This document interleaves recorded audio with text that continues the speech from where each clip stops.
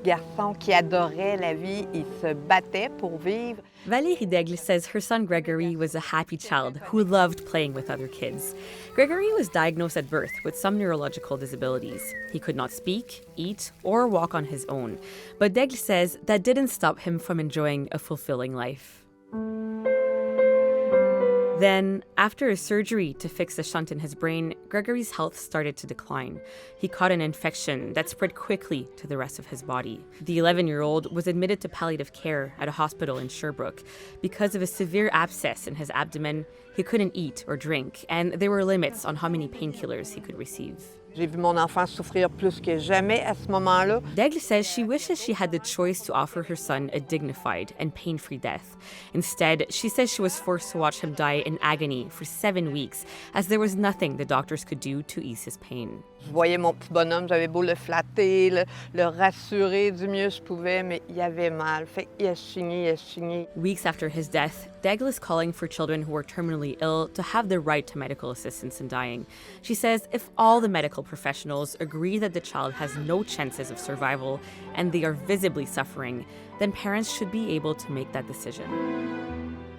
Some experts say Canada is not there yet. The federal and provincial laws for MAID make it clear that the person must be able to give their informed consent for the procedure. A patient who is too young doesn't have the competency to decide for himself. So the question is, does the parents could eventually decide for himself? L'Espérance says while he's in favor of MAID for adults, there are several other ways to make sure someone dies comfortably, like palliative care.